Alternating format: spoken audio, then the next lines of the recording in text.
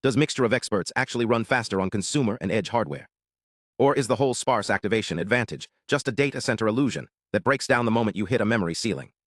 We spent months measuring this head-to-head, and the answer is more nuanced than the architecture promises. Today, we're going to walk through the exact empirical findings, break down where the real bottleneck hides, and discuss what this means for deploying MoE models on constrained devices. Let's start with the core premise. In a dense transformer, every token passes through the exact same set of weights. Mixture of experts replaces that single feed-forward network with multiple parallel expert subnetworks, plus a lightweight router that selects only the top K experts for each token. The pitch is straightforward. Per-token floating-point operations should match a much smaller dense model, making MoE ideal for edge deployment where compute and power are tight. But there's a critical distinction that often gets glossed over. While the active parameter count stays low, the total parameter count, the full weight matrix for every expert, still has to live in memory. On a device with a unified memory budget and limited bandwidth, that distinction isn't just academic. It dictates performance.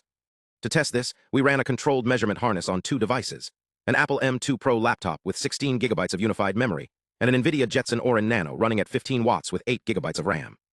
We used llama.cpp with Q4K-M quantization, which shrinks models to roughly a quarter of their full precision size while preserving precision in the most sensitive tensors. Our test case is Allmo E1B7B, which has 1.3 billion active parameters out of 6.9 billion total. We compared it against three dense baselines, Llama 321B, Qwen 2, 5-1, 5B, and Gemma 2-2B. This setup lets us evaluate two axes at once, active parameter count and total memory footprint. We measured generation throughput, peak resident memory, prompt length sensitivity, and on the Jetson, joules per generated token using direct power rail instrumentation. Let's look at throughput first. On the M2 Pro, Allmo E clocks in at roughly 114 tokens per second. The similarly active Llama 321B hits 127. So the sparse activation advantage is partially realized, but you're looking at about a 10% gap. On the Jetson, that gap widens to 31%. Allmo E runs at 22.9 tokens per second, compared to 33.4 for Llama. The qualitative ordering is identical across both devices, but the performance penalty scales as memory bandwidth becomes more constrained. Now memory. This is where the theoretical promise collides with hardware reality. Allmo E's peak resident memory sits at 4.5 gigabytes on the M2, and exactly 8.01 gigabytes on the Jetson. That Jetson number is right at the physical ceiling, surviving only because the kernel's ZRAM swap absorbs the overflow. A dense model with the same 1.3 billion active parameters would only use about 1 gigabyte. On edge hardware, sparse activation does not buy back memory. The full weight set has to be resident, and that footprint dictates everything that follows.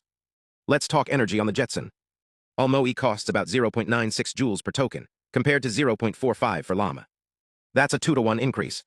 Interestingly, Allmo E runs at a lower average wall power, around 8.5 watts versus 11.3 watts for the dense baselines. Why the disconnect? Because Allmo E is memory bandwidth bound. The compute units sit at a lower duty cycle, waiting for weights to stream through, so the energy penalty comes from longer inference times, not higher instantaneous power draw. None of the models even approached the thermal headroom of the 15-watt envelope. But is this slowdown caused by the router? That's a common assumption, and it's worth testing directly. We patched llama.cpp to time every node in the decode graph, categorizing each as routing or expert feed-forward. On the Jetson, routing and gating account for just 8.9% of the MoE block's compute time.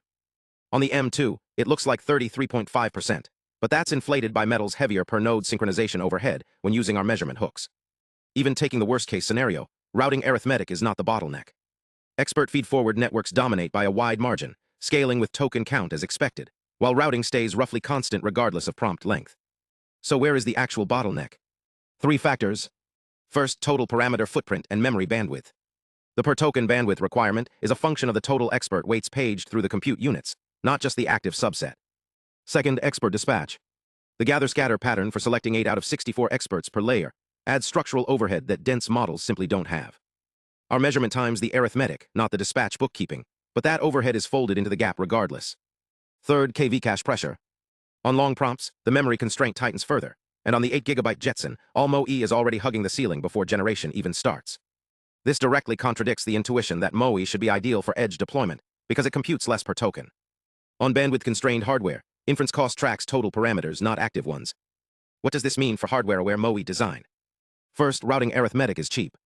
The opportunity isn't in optimizing the router's math, but in cache-aware routing strategies that keep frequently used experts resident and minimize weight streaming. Second, quantization. Allmo E's Q4K-M format sits right at the 8 GB limit.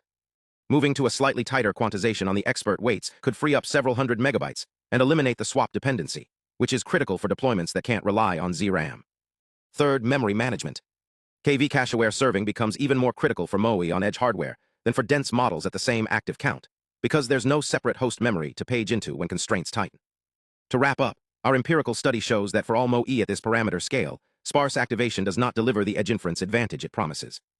On consumer laptops, you get a modest throughput trade-off for a significantly larger memory footprint. On memory-constrained edge devices, that trade-off becomes a hard ceiling, with lower throughput, higher energy per token, and peak memory hitting the physical limit. The open question for future research is whether sparse activation quality gains, combined with hardware-aware routing and better memory management, can finally offset this overhead. The data is out there, the measurement harness is fully reproducible, and the next step is extending this methodology to phone-class silicon and broader MOE architectures. If you're deploying sparse models on constrained hardware, the bottleneck isn't your router. It's your memory bandwidth.